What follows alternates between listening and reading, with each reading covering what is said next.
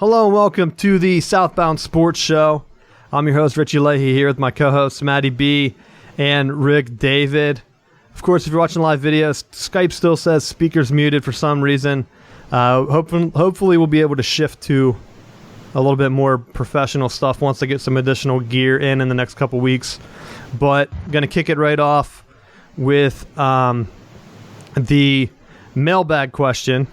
And it was very simple this week. Do you think the departures from Penn State is going to have an effect on their season? So I'll let you go first, Rick. For those that haven't been watching, they had, what did they have? I think we might have mentioned some of them last week, but they had their two starting defensive ends medically retired. I think they had 5 medical retirements in that same span, and then they just lost, was it their middle linebacker who had issues last year? He was back on the team, looked like he was going to play, and he's gone. So, what do you think? Do I think it'll have an effect? Yeah, because they were supposed to play and they went through spring training camp and everything. So, do I think it'll have an effect? Yes. The nice part is with the beginning of the schedule for Penn State this year, they're not playing the tough teams like some other teams are doing. They're not playing ranked opponents really at the beginning of the year. So they have time to get through and work everything through and everything along those lines. So it's nice that way that they're playing smaller D1 schools at the beginning and everything and working their way through. So I'm thinking, yes, will it have an effect? But eventually the answer will be no. So yes in the short term, no in the long term, because they're not playing, it's not Michigan State, Penn State, or Michigan State, Ohio State, and Michigan the first 3 weeks. So they have time. I mean, Ohio State's probably going to be the toughest opponent in September. So, but I mean, and they're at the end of the month. So I'm saying yes for the first maybe week or two, but no when week 3 turns around. So, Matt, what are your thoughts on that? Well, I do think that you're going to see there's going to be some drop-off, but I think that it's more so because of the turnover with Moorhead leaving from Mississippi State. I think you're going to see where maybe some of that continuity could have been maintained by the current players there. I think you're going to see that learning curve be a little bit steeper. So I think it does help Penn State in the short term that they're not playing the tougher teams, but I think that you will see some level of a drop-off in play this season because of that. Speaking of Mississippi State, Matt, since you brought it up, we had a tweet blow up that what would we have? We've been narrowing down teams that have enough talent to win the national championship and got a ton of looks from Ole Miss fans and Mississippi State fans. And the big argument has been, is Mississippi State for real this year with Moorhead? What do you think, Matt? And just so you know, Nick Fitzgerald, he's held out that first week. He's their star quarterback. He's suspended. So, what do you think? No, I don't. Because you still have Georgia, you still have Auburn, and you still have Alabama. So, with those 3 teams, they're playing with a loaded deck. No, you're not even going to make it out of your own conference, let alone the playoff. So you think they're done? They're one of the first teams eliminated? Yeah, I'll go ahead and say it. I think that they'll, because I think when you look at what Georgia recruiting right now is they're on pace to outdo what Alabama was able to do in recent years as far as the recruiting and the star power. Auburn returns a lot, and with Jarrett Stidham back at quarterback, they're going to be tough this year. I really think it's going to be tough in the SEC to make it out of there. Do I think that there'll be an improvement? Yes, but when you're having the top tier teams playing at the level that they are, I don't think that they have enough to turn the corner. Rick, you have any thoughts on that? I kind of agree with Matt. It's kind of like murderer's row you got to face, because here's your September looks easy for Mississippi State, kind of like Penn State. They have the same exact way. Mississippi State, Stephen F. Austin, Kansas State, Louisiana Lafayette, Kentucky, and Florida are your first 5 games. Okay, so you could go 5-0. There's a good chance. Now, here's your problem. Auburn's a home game. LSU, you got to go there. And then you get Texas A&M, Louisiana Tech, and then you have to go to Alabama. I see 3 out of 5 losses guaranteed in there. I mean, you're not going to go to Alabama probably and win. You're probably not going to go to LSU and win. Auburn's probably a loss. And I mean, you do have Texas A&M and Louisiana Tech are going to you. So, but I just see it being within 5 weeks, you got 3 teams that are ranked in the top 25 preseason. You know, Auburn's a 9, LSU is a 25, Alabama's obviously 1. But I mean, I don't see it. I think they'll have a good season. Don't get me wrong, and they finish up against Arkansas and Mississippi, so they could still have a winning record. Do I think they're going to make the top 4? No. They need a prayer, a hope, and a miracle. And I don't know. Maybe LSU's like playing to get lost. Maybe go to the wrong state or something. I don't know. They're going to need some hope. I'll have some more faith in them, guys. Let's go ahead to our high tempo. Rick, I'll stick with you. What do you got this week? I mentioned it to you guys when we, obviously for those viewers at home, we text all week long for all of them. And I mentioned this TSN story to both of them. And obviously, since they don't know TSN. I didn't even know what it was. Those viewers at home that are football fans like these two and diehards, there's a network, Total Sports Network out of Canada. So if you wonder where your Hockey Night in Canada comes from, it's actually from TSN. So Don Cherry and Don McLean and all of them. So they actually did a story on a former first-round pick, Joe Murphy, who made roughly around $30 million in his career, is now homeless. So they did a story on him because they were trying to figure out this guy was actually Joe Murphy. Was it somebody claiming to be him? And it was done by Trevor Kidd. Those who knew Trevor Kidd played many games against the Penguins for years, was a goalie, played all around. Vancouver, one of his stops. He was in Florida for a while. So he actually got in his truck with TSN. He said, hey, I'm going there. I'm going to go see if this guy is really Joe Murphy. And he goes, I don't know the guy, but I could figure out if it's him or not, you know, and he did. So the guy is now homeless. He's living in a place where bugs live, you know. So it's sad what happens to our place. He said they asked him to go to his house, but they said, mean the woods? Yeah, bugs live anywhere, Rick. It's all filled with bugs. So you have to make it. You take something, make me laugh, so I look like a jerk. But that's where it is. So, you know, and it's sad. He's been estranged from his family for 10 years. His sister has given up looking for him. His wife has given up, and also his daughter. And they mentioned about them. So they're fearing.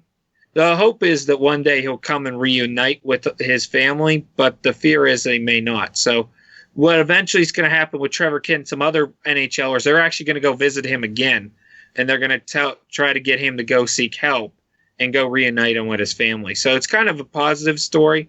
So a bunch of players are reaching out, and this is what happened. I love the NHL community compared to the NFL, Major League Baseball, you know, and NBA. The NHL is going out of their way. They've offered him different help, different psychological counseling, different home, and he has turned it all down. Now these NHL players are going to go on their own now and try to get him to go with this and try to find him a proper home, because they said he's going to live outside for the winter, and everybody knows Canadian winters aren't the most fun. So it's a sad story. I recommend to watch it. It's on TSN. You can find it on their website, the whole entire story where they interview him and everything. So, and it's also a problem what happens to you when you get hit hard, concussion problems, and concussion problems led to drug problems to him too. So that was going to be my hard-hitting question. Do you think it's CTE, Rick? For him, yes. If you watch the interview, you see him try to walk. You actually see him try to walk down a road, like they did like a long shot of him, and he has trouble walking straight. I mean, so you could tell it's probably body injuries, but probably CTE and some other thing, you know, just to name a few. But he seems to have good memories and everything. He can remember getting hit. He can remember games. He can remember players. He actually remembered Trevor Kidd, even though they didn't really know each other, but he remembered playing against him. So, Well, check that out. Matt, what do you have this week? Glad to see in St. Louis that the interim was taken off of interim coach Mike Schilt, and that now they're currently in the running for one of those wild card spots. They're closing in on first place with the Cubbies, beating the Buccos now. It's a good time to jump on that St. Louis bandwagon. Everybody's beating the Buccos, Matt. So I'll use that as a segue into I really don't have anything for high tempo. All my stuff's college football related, so I'm just going to save it for later in the show. Get to our Steel City update. On pace with the Buccos, Josh Harrison cleared trade waivers? Is that what happened today, Rick? Yeah, he cleared trade waivers so they could trade him to any team. The problem is who's going to want a guy. Yeah, he's a super utility, but his stats have fallen off drastically. You could blame it on the hamstring, but his stats are terrible right now for the past month. Well, Rick, everything's terrible. Did you see Clint Hurdle? They were talking about how they needed an extra hitter. And you know what he said? He said, don't worry, we have one coming up soon. Rodriguez. Rodriguez is hitting 160? That might be generous. His batting average is in the 100s this year. I know that for a fact. Embarrassing that Clint Hurdle would even try to bring that up as a viable boost to an average Pirates lineup. I just don't know what to think. So he's lost in his own world. This reminds me of Cincinnati with Dusty Baker. They made the playoffs, and then that team just went their own paths and everything. They just disowned him. He was going to old man lineup. The young guys hated it, and the young guys just didn't care. And that's why you're still seeing problems in Cincinnati, because they're still trying to recoup from all the problems that Dusty Baker, and they were trading away young guys, and they were getting guys that were ancient. I can remember Wilson Valdez, who was hitting like a 220. He kept him on the roster because he could play three positions, all bad. But the next year after that, the year after Dusty Baker's gone, he's cut and he's playing independent ball for the York Revolution. That's how far he fell. He fell out of baseball. John Rodriguez is hitting a 167. There's going to have to be changes in the offseason. I'm sorry. I'm tired of the Clint Hurdle like he's a college professor. After the game, he's just babbling on with big words, and telling us, everything's going to be great, uses some big words, confuses us, don't care. It reminds me of the John Russell ones where it sounded like he was like the grumbly uncle who hated life, It's just bad. It's just bad all around. And Rodriguez, 167, there are two pitchers that are hitting better than him. Musgrove's one, and I think Chad Cole is the other that's hitting better than Sean Rodriguez this current time. Rick, I haven't taken BP for a good 8 years, and I could hit better than $160 in the league. Come on, give me a break. That's it. Stephen Brault. I screwed it up. It's Stephen Brault, it's not Chad Cole. You should be fired immediately if you hit under 200. Let's just be honest. This isn't like a 1 week stretch. This is a season. You should retire. I don't care who you are. Let's be honest. You should have to bat your weight. Bat your weight. If you can't bat your weight, then too bad. Get gone. You'll see a bunch of guys cutting weight then, Matt. And then it works out best for everyone then. I will say, I got stats for you guys. Clint Hurdle is the third highest paid manager in the NL. Mm-hmm. Worth it. Hashtag worth it. Definitely not. Third highest payroll, 17th place results. There's not even 17 teams in the NL. That's just frustrating. So let's get into something a little bit more positive. I don't have anything for the Penguins, so let's get right into football. Steelers beat the Titans on Saturday. The big storyline is going to be the quarterback position. So skipping over that game completely. Besides the Landry Jones, you know how he has his patent interception in that game. But you go ahead and you're looking at Dobbs. Dobbs is going to start this week's game against the Panthers, kind of playing for his job. They're not going to keep 4 quarterbacks on the roster. John Harbaugh in Baltimore, they don't even want to keep 3 on the roster. They were debating if they want to cut RG3. I don't know if they made that call yet or not. So here you have the Steelers looking at Roethlisberger, you have Landry Jones, you have the rookie Mason Rudolph, and now Josh Dobbs. Who would he replace?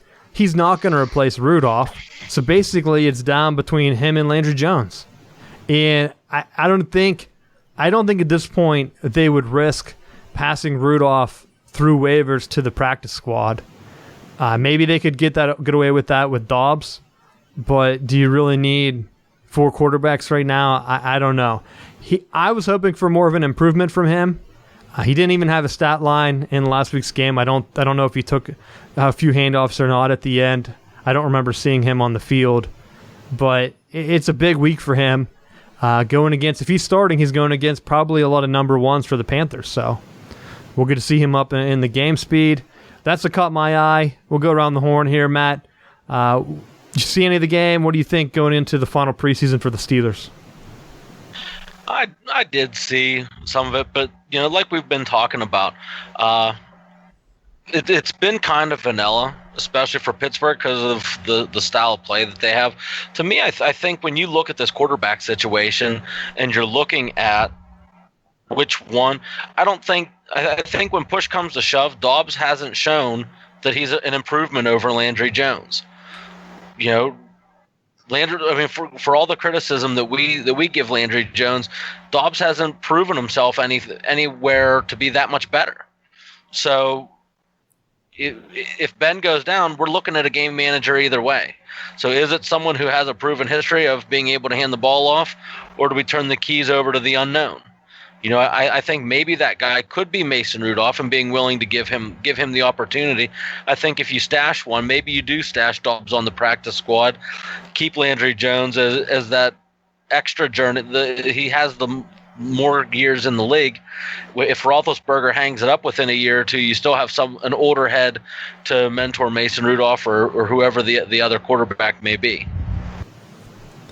Yeah, I also forgot to mention before I jump in, or let Rick jump in here, Steelers also traded a wide receiver. They got the kid from North Carolina, UNC, as a punt returner, but I can't remember his name right now. So I'll have to look that up and come back to it. But they traded like our fourth string. 6th round pick. Yeah, and our 4th string receiver they cut to make room for him. So I think we have like 10 receivers on the roster right now. I don't know if he'll see any time. Rick, do you have a name for him? I'm going to say it's Swinehart or Swinehart. Switzer. It's Ryan Switzer. Is it Ryan Switzer? Oh, okay. From UNC like 2 years ago. He was like their... The pit killer. Yeah. So got him. They're bringing him in. And I guess basically he fits the prototype of what we're talking about, that Antoine Randall, where you have that third receiver, if he can get into the slot and make some plays, a heady ball player that's able to do extra things on the field like Antoine Randall used to do. Now, is he going to make that jump, or is he basically being brought in as kind of a practice squad guy? That's to be seen right now. But they did trade for him. That is the other big move outside the quarterback talk. But you can go ahead, Rick. I just didn't want to forget to bring that up. Oh, no problem. And I think that means Quadri Henderson's probably not going to make the roster either, because he's still listed 10th. Yeah, but that was supposed to be his depending deal. On how you look at it. Yeah, that was his deal. He was supposed to come in, and he hasn't proved himself. So those Steelers went and tried to improve themselves in that way. And I mean, Ben looked okay for the first game. I mean, it was nice to play the Titans, which is probably like going to be one of the worst teams in the NFL this year. So congratulations to them. The Titans showed me nothing. If you're a Titans fan, you should be thinking about the Predators hockey season right now. I mean, you should have all your thoughts and hoping the Predators are going to be good in hockey, because Titans look bad. And Marcus Mariota, I don't think he's going to live up to the hype of a 2nd round overall pick, because they're not surrounding him with weapons enough. He doesn't have any big play players. He doesn't have a big play running game. And his defense is going to keep the offenses of other teams out in the field, which is going to give him less time to operate. So, but I agree with you guys. Something's going to push comes to shove. Something's going to happen with one of the quarterback positions. Connor didn't have a good game running, so I don't know what that means. I mean, we'll wait and see there. But I think their plays were pretty obvious when it was going to be a run. I was guessing them right. So, but we'll wait and see there. And it's also good. The one thing I thought about was Barry stunk last two weeks ago when he was punting in the second game. they had another punter come in, and he actually punted better on the average. So, wondering if Barry's career could be over too. So, with the Steelers. So, because Barry had a 43, and then Wiley had a 48 average. So, hey, special teams is huge. Special teams. I was going to say Southbound Sports Show, the only show where you'll get a breakdown on the Steelers punt game. Yeah, because the punt game means a lot. Because if your punter keeps shanking them, you get good field position and you get take them over. So, I mean, that's one of the things the Patriots pride themselves on is their special teams. So, you can see why teams like the Steelers care about special teams because it could help you out in the long run. We could do a flashback. Do you remember whenever Heinz Field was first made and all the people overreacting that they shouldn't have made it a horseshoe because the extra, what was it, the temperature change from the river was making the ball swirl and it was ruining our kicking game, losing so many games? That was a big deal. It was all the wind off the river because of the horseshoe. It would come in and take the balls.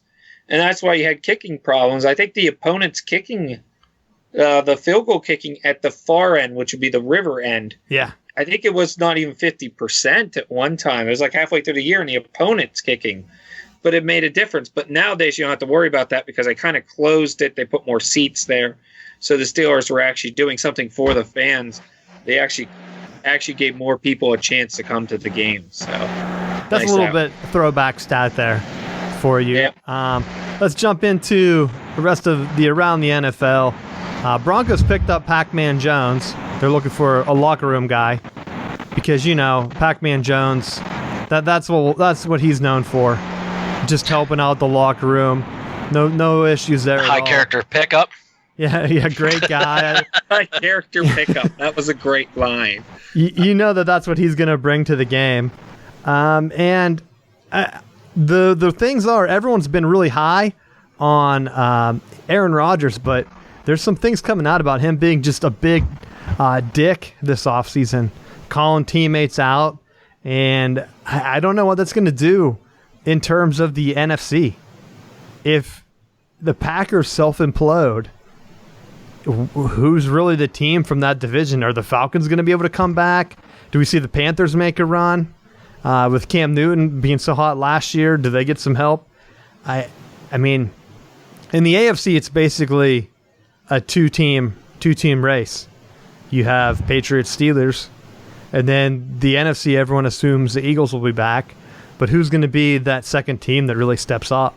Everyone predicts Aaron Rodgers every year, but I think the cracks are starting to show on why he's not that high character guy. So, I mean, we'll see. Could be a media hype. He might just be lucky that he's in Green Bay and they don't get the media eyeballs all the time like some of the other markets do. But those are the big things that I had. Anything else you guys have around the NFL before we get into college football here? Well, I did read the report that Le'Veon Bell was going to rejoin the team on Labor Day, but they are now. Bell is saying that's fake news, which just let the Steelers fans know. So we have fake news around that. So who knows when he will rejoin? Who cares? In a way, you got to play with what you got. You can't dream. So, but I'm still liking the Vikings in the NFC. I don't know why. I think they have a good defense. And I really want to see what Kirk Cousins can do. That's a good with pick, all Rick. All those weapons. I mean, he's got weapons galore. He's got Cook in the backfield. I know Matt's smiling with Cook, but I mean, he's got Thielen. I mean, who's pretty much catches everything. He's got a check down in Rudolph, which is what he used Jordan Reed as previously. As his check down guy. I mean, I'm really liking the Vikings this year. I don't know why, but I think they have something with as much talent as they got on the field, especially on the offensive side of the ball. Good pick. This isn't our official preview, by the way, so we'll be getting into the NFL preview stuff next week. Just a little bit of banter to end the NFL talk. Matt, do you have anything else to add in? The one thing that I was really surprised about from the Pittsburgh game was watching Tennessee operate out of an even front. Knowing that Vrabel had come from New England, he had done some work with the Houston Texans and playing in Pittsburgh, they're predominantly odd front team. So I thought that was interesting seeing the Titans operate out of an even front with 4 down defensive linemen. So just a note and something interesting to see. Yeah, for the people at home, that coach speak Matty B's throwing out there. The even front means that you have an even amount of defensive linemen lined up against the offensive linemen. You have 5 offensive linemen, a center, 2 guards, and 2 tackles. So that means the 4 linemen are usually inside the gaps, although you could spread out the outer 2 to keep outside contain on the tackles. Most teams run, I guess a lot of teams used to run the even front, the 4-3. Steelers used to be one of the only ones that ran a 3-4, where you just had the big nose tackle. Who was our guy? Casey Hampton? Yeah. Log up the center, and then you'd have the 2 defensive ends. And that allows you to have your defensive ends play in a 3 technique, and you have your blitzing linebackers. And that's where you'd get dudes coming off the side, and the steel curtain basically is that linebackers off the edge creating havoc. You can blitz any combination, and it kind of frees up, but you have to have speed and size to pull that off, and it's a little bit tougher in the NFL. I think the last great defensive tackle was who? Ndamukong Suh? Alan Branch for the Patriots. He's been there forever. So, but Ndamukong Suh was like the one. He's like the guy that I think could have been the staple in a 3-4 recently compared to a lot of other D tackles. You have to have size and technique to pull it off because you have to fight the center and a guard at least every play. So just a little bit in-depth football talk there. Let's transition because we'll do our college football previews. But the big story, I put it on here, Urban Meyer. I can't remember. They had the decision. Was it last Wednesday? And Matt, you had said that that you liked them waiting all day. So Ohio State, they announced a press conference for sometime Wednesday, and they had their board meeting. So press lined up outside the door. They're right outside this door with a dumpster because I saw live videos on Twitter all day. And around noon, they came out, bought everyone pizza, and we're like, hey, guys, we might not be doing this today. But we don't know. Who knows? And then finally, what time was it? It was like 9. I was putting the kids to bed. It was like 9 or 10 o'clock. And they had this press conference. And I thought it was a horrible decision. But Matt, what were your thoughts on that? Well, I think when you look at how Penn State handled the forcing Joe Paterno out, and as the media really stormed down in State College, and they were just calling for heads to roll. Penn State reacted with that knee-jerk reaction and said, well, we'll clean house, we'll wipe everyone out, we don't care, do whatever you want to do. And I think Ohio State took note of that, let the media circus die down initially, rather than when all of this stuff first came out and they were releasing information, instead of immediately firing or, putting out Urban Meyer, they said, well, we're going to do our own independent investigation, which the results were what they were. And then you drag out giving the results. If you're an Ohio State fan, you got to like the process because it let the circus die down long enough that then you can say, oh, yeah, we did our research and he really didn't know anything, and we're just going to give him a slap on the wrist. When, using his own words against him, he probably should be out of coaching. Well, I'm going to take a counter approach here, and I'll say the Ohio State PR team, awful job. How does Ohio State not have one competent PR guy? Everybody knows that if you're going to drag it out like that, do it on Friday. Look at what UNC did. Do it on Friday. Say, look, we're having our meeting on Wednesday. We're going to review it on Thursday. We'll have a press conference Friday. Boom. Then everybody knows. What they did instead was they had media wait all day. Was it, what did I text you guys? I think the total was like, people were saying it was over 14 hours. So they got the media all pissed off and raring to go. So whenever Thursday morning rolled around, ESPN had a whole front page story on it. USA Today, Fox, Yahoo, there was like a ton of them. I sent you guys all of them. I'm not going to sit here and read them. All had front page stories ready to go. Why? Because Ohio State had their press conference right at night, So what do you think those reporters are going to do? They're going to write up their story. The web guy gets the story, and he said, I'll make that switch 8 a.m. this morning or whenever they put it live. And it lined up perfectly to just crush everything Ohio State was trying to put together. Then Ohio State, because they didn't wait, Matt, Ohio State just released documents today that actually back up a lot of the Urban Meyer's things.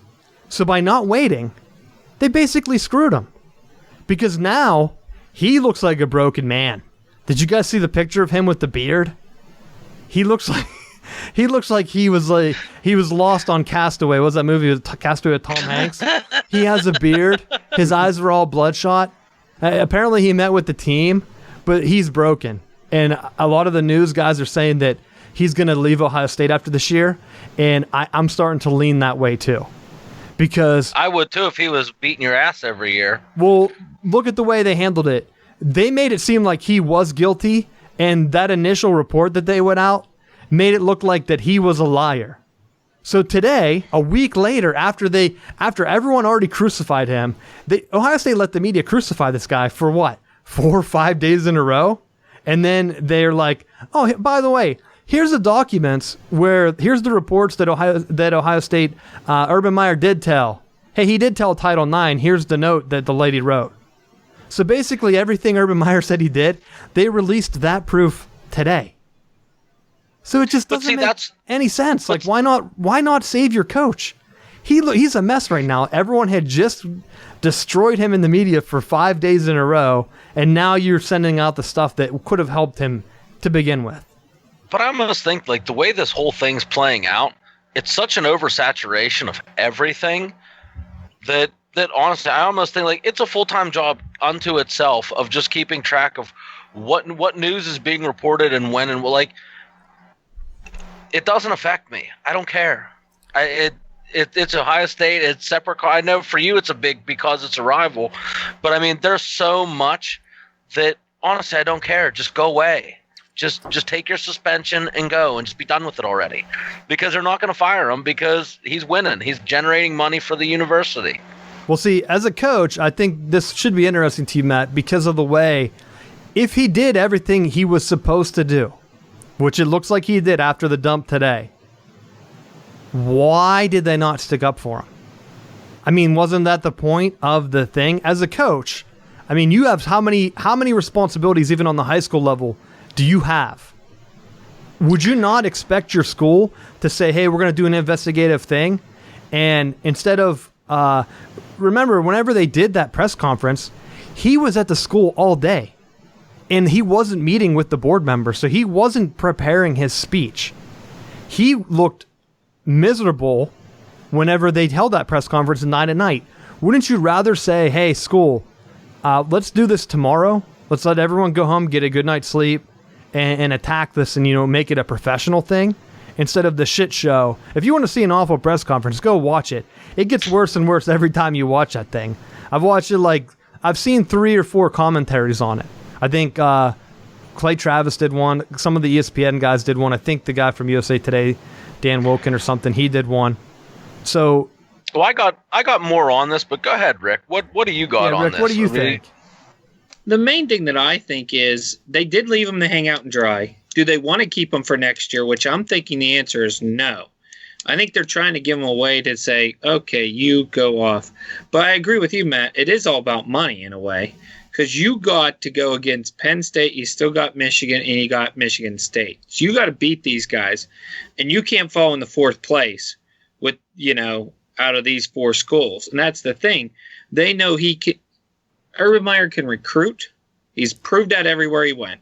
He can win. He's proved that everywhere he's went. So you got to keep him around.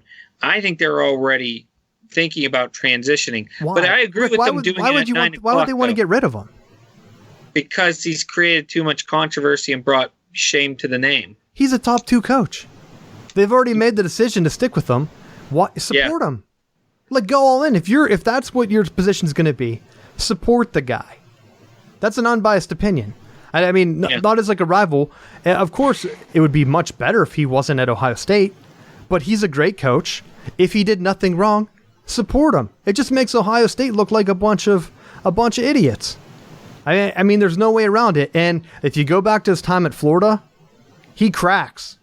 Remember when the whole thing with his heart attack issue, he cracked because the media was looking into the arrest record. Florida had, 31 arrests in 5 years? They started poking around. He started to have press conferences just like he had last week, and he wanted out. So, I mean, what it's looking like is he's going to end up, and Ohio State just kind of scapegoated him. Now when he ends up at LSU or even Notre Dame doesn't look bad for taking him because now the facts are out that he did nothing wrong. So it's almost like they're just giving him away. It just doesn't make any sense. And this is just from take the Big Ten as a strength, as a standpoint. If he leaves, that's a huge blow to the conference. He's not going to stay in the conference. I mean, where would he go? I don't think Penn State would fire Franklin, and Michigan's not going to push out Harbaugh for him. It's just not going to be. There's no opening spot. Maybe he'll go to Maryland. True. Maryland. That would be your pick. I mean, he could. You never know. They're in their own mess, which they're taking. A guy died on their team, and they're taking more of an investigative approach with their thing than what Ohio State did. It just blows my mind. It blows it. So I don't want to harp on it anymore unless you guys have anything else. I'd rather move on. I just wanted to bring it up. Well, Go ahead. The only other thing that I was thinking with this, the only reason that I can see the media or the administration hanging him out to dry is if he has a poor rapport with the admin. Like, I know even with the team that I'm currently coaching right now, I have a really good relationship with the superintendent, with the athletic director, and we have a chain of command so that as issues and things have come up, we understand how we're going to handle situations as they come up. And with any person, if you look deep enough into their past, you can find issues with just about any person. So I think when you're looking at the issues that Urban Meyer's had on a higher stage, look long enough, look hard enough. There's someone who he wronged at some point that's willing to say whatever for their couple minutes of fame. But I think, I've seen where there have been interviews brought up or things recorded of him acting like a total asshole at practice. And if that's true, that like that's the kind of person that he is, and throwing his title and his weight around, it may just be that the administration at Ohio State kind of used that as a way to humble him, take him down a peg, so to speak. Maybe it's not the best way to handle it, but if he's not willing to support them on that side, I could see them just hanging him out to dry instead of going to his aid when he needed him. Yeah, I mean, I think when you're talking about the leadership, the thing is, what's the guy's name? Gene Smith? This is the same athletic director that botched the Jim Tressel firing. And I send you guys the stats. So a lot of people were saying Urban Meyer's not going to be fired for this, whatever. And this is before the report came out today. But I had some notes for the show. Jim Tressel was originally suspended for 2 games. Media backlash came. They changed it to 5 games after the NCAA started sniffing around. And then, that was back in like March or April of that year. 2 months later, in May, now this is obviously way before the season, May rolls around and they forced Tressel to step down. It was basically like a mutual thing. Tressel said that they set them. This is Gene Smith. And if you remember, he had the famous line where he said, me fire Tressel. He said, I'm lucky he's not firing me. Making the statement that the Ohio State football coach has the most power in Ohio State. So this is the same guy. Why is he still there? He's a jester. He is a jester. He makes Ohio State look so bad that it's just baffling. I don't understand. So that's it. The facts are going to keep coming out. I guarantee you this is a story all year, and it's going to come. We might as well just hop right into the Big Ten preview. I had it up first because so these flowed kind of together. Big Ten preview. Everyone's picking top 5. I looked at a bunch of preseason lists, and even the recruiting ranking stuff we're putting out. 5 teams from the Big Ten, the most of any conference. You have Wisconsin, the only team from the West that's been slated for the playoff. Some of the computer calculations have 2 Big Ten teams getting in, and then the East is a variety of Wisconsin. If it's 2 teams getting in, it's usually 2 teams from the East, sort of like some type of weird playoff thing where the East beats Wisconsin in the playoffs, and then that one-loss team also gets in. Like, say, Ohio State beats Penn State. Penn State has one loss, but Ohio State beats Wisconsin. Both Penn State and Ohio State would both get in that scenario. That's what a lot of the computer models are showing. They have Penn State, Ohio State, Michigan, and Michigan State. Those 4 teams and Wisconsin on the top of the conference. And honestly, going down through the preview, the only other thing I had from the West was that Nebraska, in Scott Frost's first year, he had a quarterback battle between a redshirt freshman quarterback and true freshman Martinez. He names Martinez the starter, the true freshman. The other quarterback bails, and he puts in for a transfer. Nebraska is down to 1 scholarship, basically quarterback on their roster in Scott Frost's first year. Definitely not good. They've had some issues with, every time you have a new coach, you're going to have some turnover. They've had some issues with defensive depth. And, man, they have a decent schedule. They have to come to Michigan. They have to play, obviously, Wisconsin, Iowa. I think they also play Ohio State. Maybe Penn State instead. It's one of the other teams, too. So they have a brutal schedule, and I just don't think it's going to line up good for his first year. But always hate to see a coach come in and then have to deal with issues like that in the West. And then their team out there is Iowa. Everyone's writing them off. When's the last time they were undefeated? Kirk Ferentz usually has that team buzzing every 3 or 4 years. So it's getting close. I don't think this is either next year or the year after. Whenever his contract is up. They usually sign him for a 4-year extension. His contract year, Kirk Ferentz has him go undefeated, or they win the West, and that's how he gets his extension. At least that's what Hawkeye fans say. So it's looking like it's Wisconsin, and then teams in the East. Rick, what do you think? Penn State got the East? I think Penn State has a good chance at it now with some of the problems. So I like I said earlier, in a couple weeks ago, it's really that Penn State Michigan game I think is going to determine a lot more. I was thinking about Nebraska having a shot, but here are your problems. You got to go to Michigan. You got to go to Ohio State. You got to go to Iowa. So you got to go 3 top places to play. Congratulations, you're not going to win all 3. That if you do, you have a good season. I know I'm the Penn State homer. I still think they got a good shot because Ohio State has to come back to Penn State. The problem is you have to go to Michigan, so it's a little bit tougher that way. So, but I don't know. I really think that's going to be the game that makes or breaks it for them. I can see 2 teams getting in to the Final Four. The Final 4 teams left to get into the playoff. And I mean, it like I said, Penn State gets to build on things. Appalachian State to Pittsburgh to Kent State to Illinois, then to Ohio State. You got time to get ready for Ohio State. I mean, these teams should be wins, easy wins out there for you. So, and I know Pitt's bragging this game up to be great. I mean, don't be surprised if it's 2/3 Penn State fans. If you see the blue, the navy blue all being worn there. So, but it's also nice. They kind of end the season a little bit nicer too. They end with Rutgers and Maryland. Who knows? Matt may be coaching Maryland by the end of this season. Who knows who may be coaching them at the end? But they're going to play 4 ranked teams, preseason ranked. Ohio State, Michigan, and Wisconsin. Wisconsin has to travel to Beaver Stadium as well, so it's nice. Ohio State, Michigan State, Wisconsin all have to come to Beaver Stadium. Wait, this year?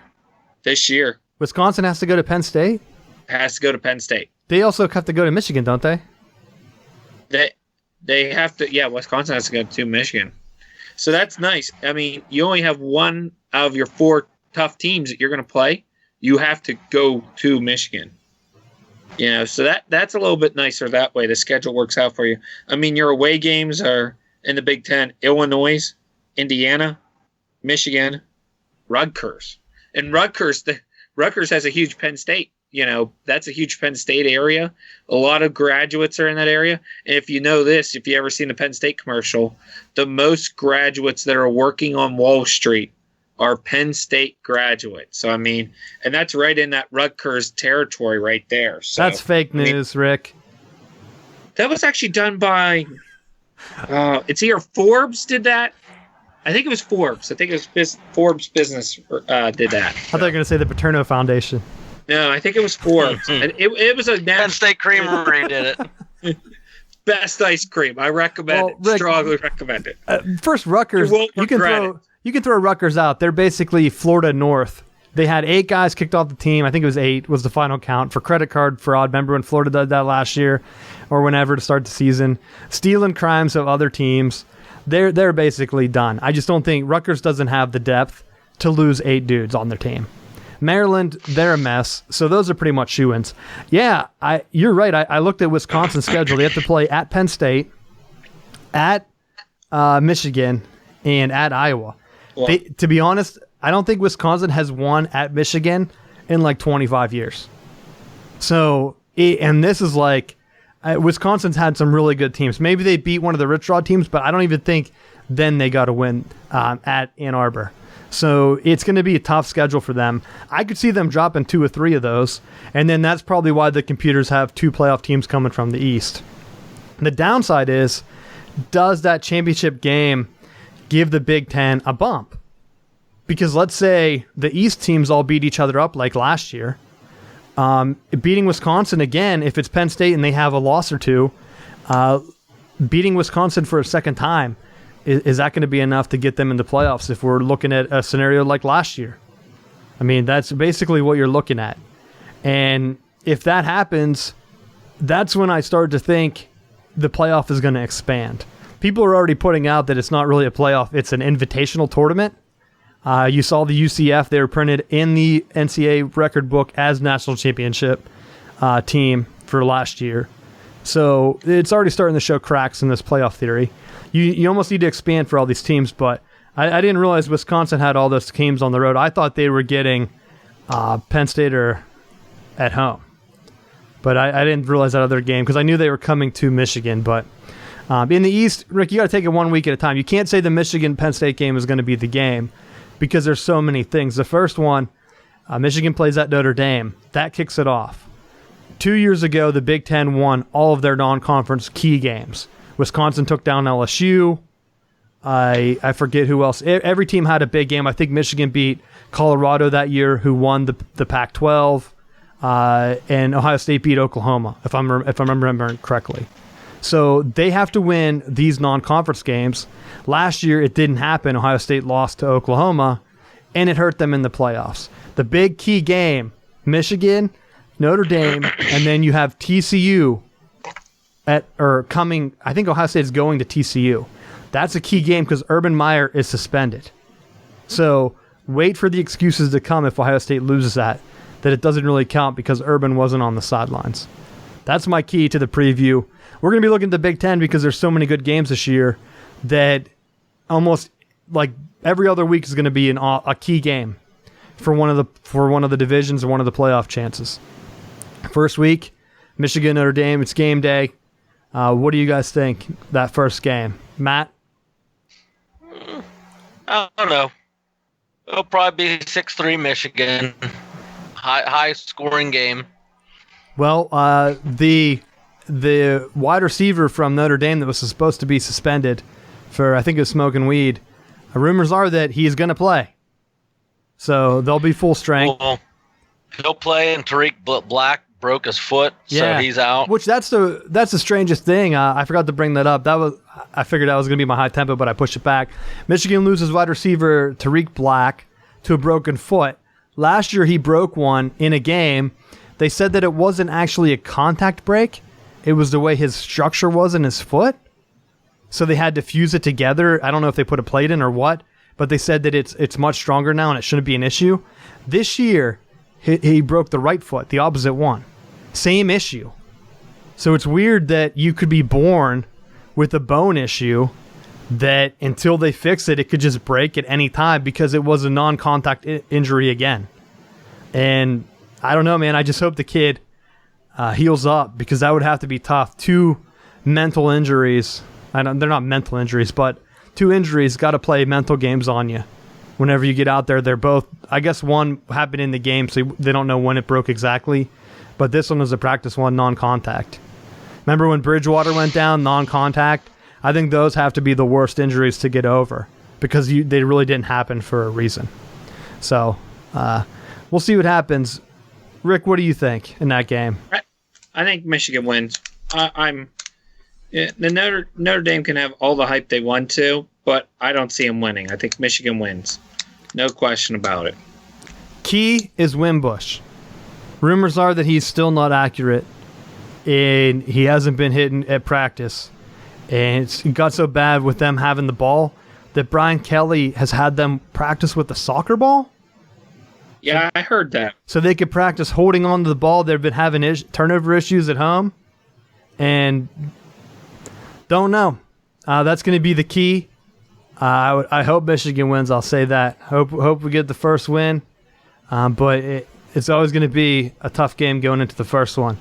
And Notre Dame is technically part of the ACC, so we use that to sketch into our ACC preview. And we'll start with what division's that division with Clemson at? Coastal? Atlantic? What's your prediction there? I don't know. It's gonna be a two-dog race again. It'll come down to Clemson. It'll come down to Florida State, and the winner will decide what side's going to end up taking the ACC.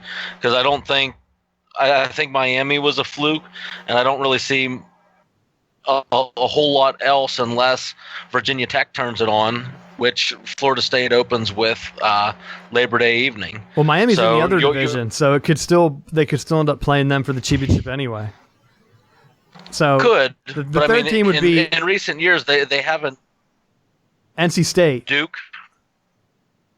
NC State has Finley back. NC State could be a runner in there.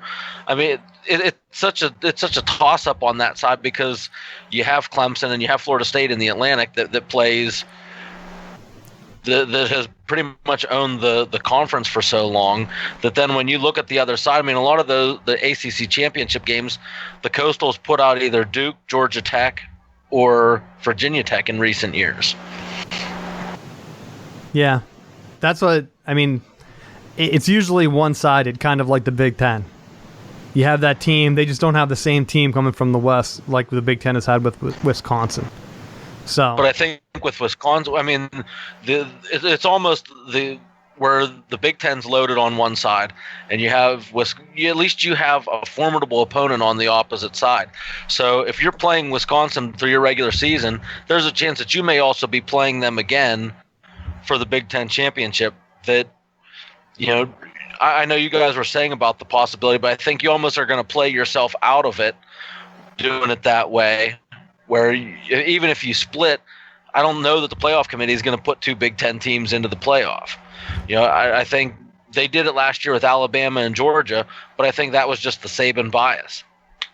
I don't know if it's going to happen. It has to happen because the two teams are from. I think from now on they have to be from the same side almost. I mean, how it worked out the last time, it was because the Alabama just had the name brand to get in. They didn't win. Their division didn't win the SEC championship. They got a lot of backlash for that. The committee did. So I think going forward, if it's going to have to happen, it's going to be the same division. It's going to be a scenario where Michigan, Penn State, and Ohio State all beat each other and they all have one loss. And whoever wins that round robin coin toss for the Big Ten crushes the West champ so that they can say, look, we're in the toughest division. We have the same record, whatever. I mean, let's say one of those two drops it. Let's say, what was the year where Penn State and Ohio State were both one loss? It was like 2 years ago, and Ohio State got shut out in the playoff. And everyone said Penn State should have been in because they were the champ.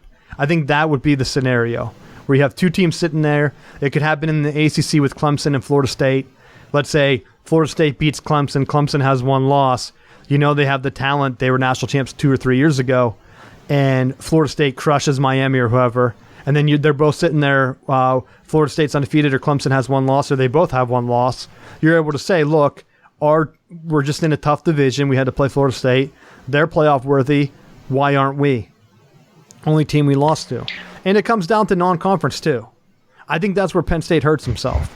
I know the Pitt rivalry's big, but you almost have to add a bigger name to that schedule.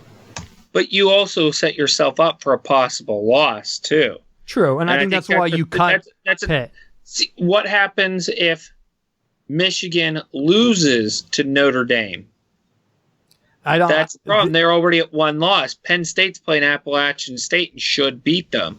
They could go through their non-conference and run at 0, and they could lose one game, possibly to an Ohio State, and they could run it. So that, I think, in a way, if I was a team, I would play smaller schools, your small D1 schools, because you have a chance at running to get the 0. And then you could always make the argument, I play in a good conference, I play in the Big Ten, and I don't have a loss. Put me in the Final Four. Put me in. Because it's an easy argument then. True. I think it comes down, it depends on what the other teams do too.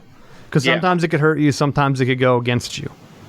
Because if you're sitting there as a one-loss champion and then you cut down the non-conferences, what really puts you ahead of these other teams? I mean, Alabama last year, they could point to and say, look, we had Florida State. We didn't know the loss would be so devastating for them, but we scheduled tough. That was our non-conference, whatever they try to put it at. Penn State doesn't have that. And, Rick, I'll throw this out there to you. Do you think it'd be beneficial for Penn State to drop Pitt and schedule West Virginia instead? Yes. I think it was just a way to recreate a rivalry and help sell tickets. I mean, if you look when that contract originally was signed, Pitt was down and Penn State was down. But look, Pitt's rose up a little bit. Penn State's went through the roof since they got Franklin and all these recruits and everything. Penn State doesn't need Pitt. Pitt needs Penn State. Penn State could say, cut, we're gone. We're going to go somewhere else. We could go talk to West Virginia. They could go talk to a bunch of other teams. Syracuse used to be on the non-conference at one time, for Penn State. Penn State could go right back to Syracuse and say, hey, let's play again because we're not that far away. Our fans can make an easy travel. We could do it. I mean, you could do different things like that. And I mean, again, Pitt needs Penn State to sell tickets. And Pitt only has one sellout this year. It's Penn State because all the Penn State fans went and grabbed tickets. So I mean, some of these contracts were signed so long ago. They were signed 5, 6, 7 years ago, and it could be a totally different team. And that's your problem with some of these contracts these teams sign. You're banking on a team what they may be like in 5 years. At least when Notre Dame's always had a consistently pretty good program. So when Michigan probably signed that contract, it was still good. But I mean, you look at other teams. I mean, that Notre Dame contract used to be real good at one time. They plummeted off the map. That Notre Dame contract got destroyed. What year was that? I had student tickets. It was 2013, I believe. Notre Dame's AD ran across the field and canceled the series because they had been losing to Michigan while Michigan was down. They couldn't beat Denard. I mean, Denard smoked them a couple times and basically eliminated them early in the year because Michigan imploded. Notre Dame was like, hey, we're going to be off in our best interest. We're joining the ACC. And actually, Jim Hackett, who was the interim Michigan AD, he called on the Harbaugh's podcast, was it last week or 2 weeks ago? And he broke it down. He said Notre Dame came back to them, and they wanted a 4-game schedule. But there was something with the TV deal. The NBC TV deal messed it up because they wanted 4 games back because they realized, hey, we caught Michigan and we tried to play it off like we're gonna make it up in the ACC, but that ACC division that they most play all their games in, it's not a good division. Beating up on Miami and Duke most years doesn't give you that bump, and cutting Michigan and keeping Purdue or whatever Big Ten team they did keep, it didn't help them. And then they were looking at what? Then they get into the national championship game, got destroyed. And then after that, they've kind of been an afterthought. So that's why they came back to the table. And that you're probably right, Rick. Penn State was down. They had the sanctions or whatever on them at the time. They go to Pitt. They're like, let's get back to our roots, get this recruiting thing. And I'm looking at it now. Get a team that's somewhere a little bit better. Same area. West Virginia is really close. How is that not going to help you recruiting? But, Matt, I cut you off throwing in those hold on. Go ahead. But I tell you what, you look at Florida State. every year they play Miami, they play Florida. You look at Michigan, every year they play Ohio State. And we'd play Notre Dame if they didn't cancel on us. And Notre Dame. I mean, there is, to a certain extent, you play it. Whether Clemson plays South Carolina every year. You have, what is it, Texas, Oklahoma? Is that their rivalry game? Well, I'm trying to think off the top of my head. Texas used to play both. They played the whatever that thing's called, with Oklahoma, and they also played A&M, which I did hear that Texas tried to schedule with A&M, and A&M backed out of it. Or vice versa. Of course. One of them backed out after going in the public, both schools complaining about it. Like, just get it done. People want to see it. If that's your other rival, and I honestly think that you're right, Matt, schedule both. What does it hurt? Florida State kicking the shit out of Miami and Florida, it's only going to help recruiting, and both of those schools haven't recovered. Willie Taggart's a first-year coach, and he's cleaning up. And you look at 2 years, 2 years ago, Pitt was the team that kept Penn State out of the national championship game. You go further back to the mid 2000s, Pitt kept West Virginia from appearing in a national championship game. Don't tell me that those games don't matter, because it draws the fans and it adds to the game. It makes those rivalry games, it's worth it. Oh, I love it. You're triggering Rick here. His face got real solid, Matt. You look at what Pitt has done. Pitt has successfully kept teams out of the game. Penn State 2 years ago, Miami could have been in. They could have made the Final Four. Oh yeah, Miami that year. I forgot. Miami beat Clemson recently. They are the spoiler. They are a spoiler, and that's why. And when I think about these, when you schedule these non-conference games, are they going to make you money? Pitt, they're making money for. Penn State, it doesn't matter because they're selling out every game. Every game's sold out. Alabama, it's not going to matter. They sell out every game. Michigan sells out every game. So it doesn't matter who you sign to bring in. It almost matters who you're signing, where you have to go, because do you want to go to a place like Notre Dame where it's going to be 90% of that population is going to be Notre Dame homers that you're going to have to deal with as fans, or do you want to go to like Purdue, say, where your fan base could get there? You don't want to go to Purdue. They have poor locker rooms. It's hot in there. They don't even have AC. Yeah. But here's the thing. I can remember I went to Penn State Syracuse, and it was at the Giants Stadium. They went to a neutral site game and played. Out of the fans that showed up, it was 85% Penn State fans at Giants Stadium. I mean, you could go play these teams, and it's better figuring where you could get your fans and your population there to help you out, Yeah, Rick, that makes sense. They just got off their shift at Wall Street, and they walked right over, right? Bingo, because we're making money. Penn State's all about, think about it. We go back to the topic of money. You can make your money with your ticket sales. You get your fans there and everything. I mean, we're not in Happy Valley. We're in Secaucus, New Jersey. Is that the actual city where Giants Stadium is? Rick, I have no Jersey. Idea. Is it called MetLife, or is that the Jets? Right outside of Secaucus, so it's pretty close. Yeah, I don't know. I just think for the ACC, I think most of the computers and even the pundits had a possible only one team get in, and that's Clemson. But I think that's just because they assume Clemson is going to win the league again. And that's what happens whenever you have the same team win over and over. I think that you saw the same thing from the Big 12, except a couple people had West Virginia getting in. So, I mean, it's really down to which conference has more depth, I guess, at the top, and which one. I mean, at some point, the teams have to turn the corner. They have to go. I think of Michigan State. How many years did they play the spoiler to teams? And then finally, they took the next step, won the conference a few times, made it to the playoffs, didn't perform well. But at least they made it. They took that step to get up there.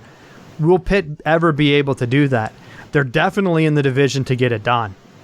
They're definitely in a division. If Duke can win that division, which I think is the same one, Pitt definitely can. Mm-hmm. Oh, absolutely. But I think if you're Pitt's athletic director, and you follow Rick's logic here, then what Pitt should do is just schedule either like Old Dominion, schedule North Carolina School of the Blind, schedule all these fluff teams, so that then you can say, well, we're undefeated.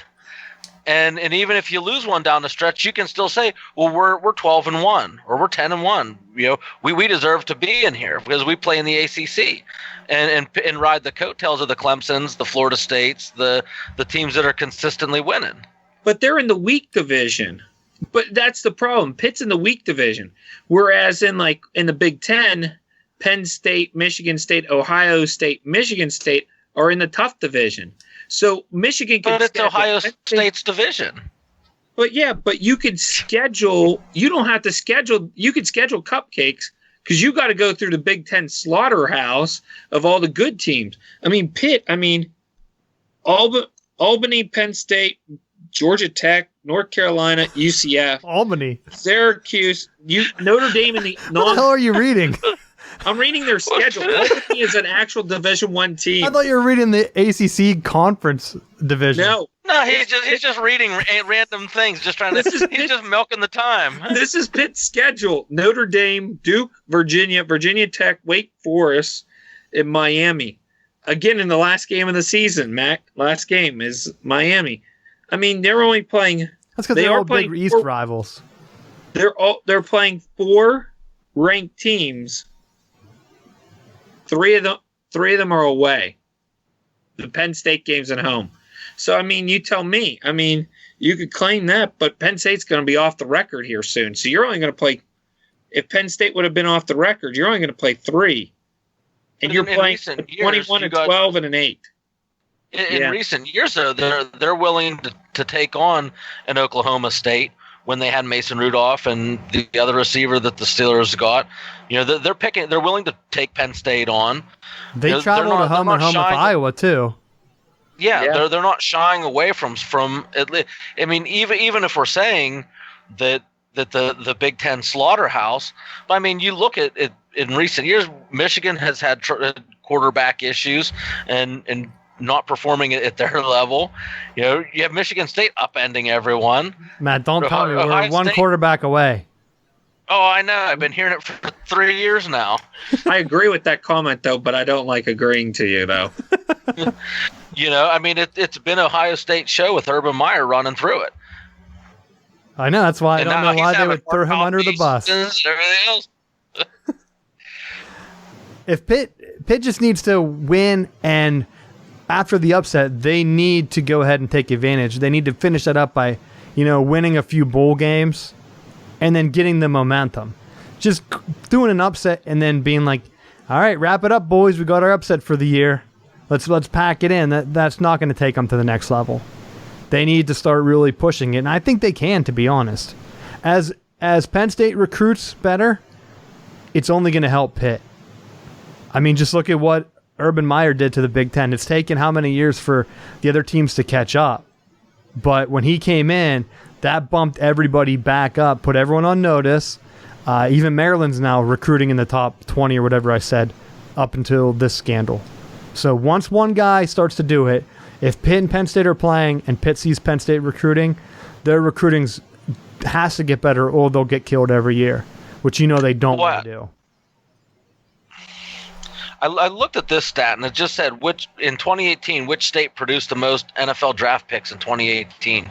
You had Florida at 36, Texas at 28, California at 27, and then there was a slew that kind of clumped together. I mean, the 3 obvious ones, but then Pennsylvania was at 13, Virginia was at 15, North Carolina was at 13. We're like a clump that were together. Ohio has to be right up in that there. Pit. Iowa had 2. Ohio had 6. Huh. So as you're looking at that, if Pitt can rope off that area and not bleed recruits out, they can create a stronghold. But I think it starts, to be honest, with their quarterback issues. They've always had quarterbacks that throw big interceptions at key parts of the game. If they can get someone to game manage, I think that's a possibility that Pitt could turn the corner. You look at what they did versus Penn State 2 years ago. It was ball control with Matt Canada. It wasn't the quarterback trying to win the game on his arm. Well, that's the big thing that we'll see if the ACC move pays off, because now they should have games against Virginia and Virginia Tech every year, where that's somewhere where Penn State has been able to pull recruits. We talked about it a few weeks ago. They pulled in two 4-star linebackers from there or whatever. Can Pitt take that jump and start to get in on that territory by telling people, look, we know you like Penn State. Look, we're Penn State's rival. We beat them 2 years ago. Remember that? And we also play in Virginia, so your parents can come watch us play. When we play, we're going to play there every year. We're either going to play Virginia Tech or Virginia. So take your pick. You get one game close to home, get the whole family out. That's basically what Penn State Pitt has to do to compete against Penn State, because Penn State's closest game to those areas are what? Maryland, Rutgers. I think that's why Penn State really pushed to get Virginia in the Big Ten, and for whatever reason, it didn't really work out. So that's it. That's all I have for the show. I think pretty good overview. Both conferences basically just turned into what can Pitt do for the ACC to help that other division, because that division's open. Yeah, I mean, you got your Clemsons and your Florida States. You know one of those is going to be top dog. Maybe NC State in there every once in a while if they have a great quarterback. But Pitt's division, it's open. Plus, if Mark Richt's back to his old thing, remember how many times South Carolina won that division with Spurrier. So it can be done. Richt's bound to lose that division a few times. So, anything you guys got closing? I don't think I have anything. Matt, you have anything? Just the Noles named DeAndre Francois, their starting QB heading into the season.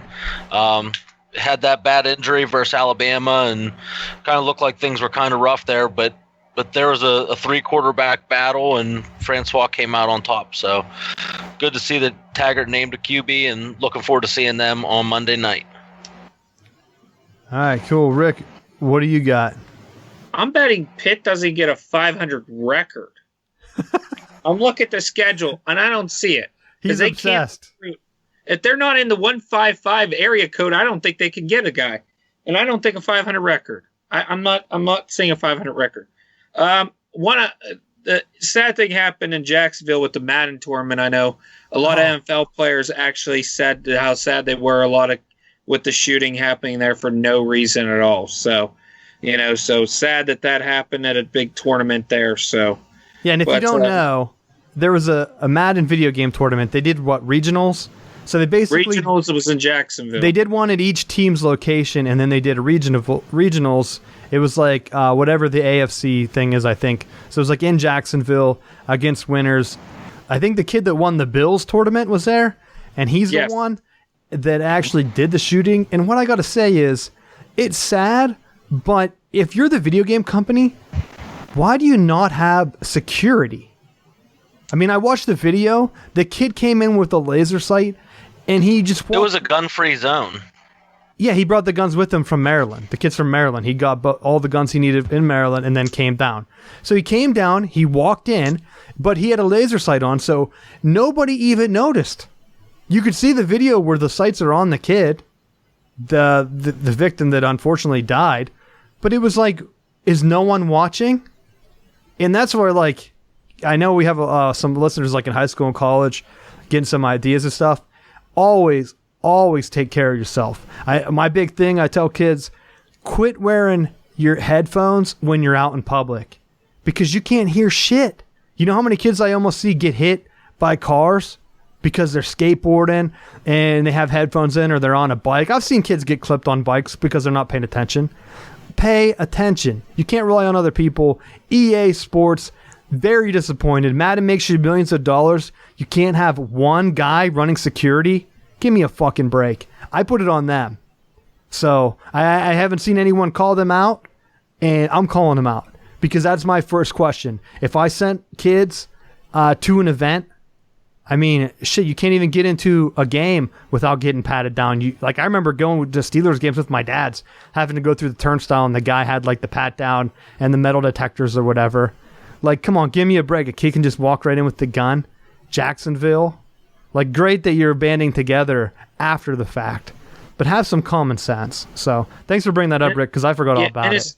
And the sad thing is, this isn't the first time this has happened in Jacksonville. If you remember, the nightclub incident was just not too far along road in Orlando. What, 2 years ago was the nightclub shooting in Orlando?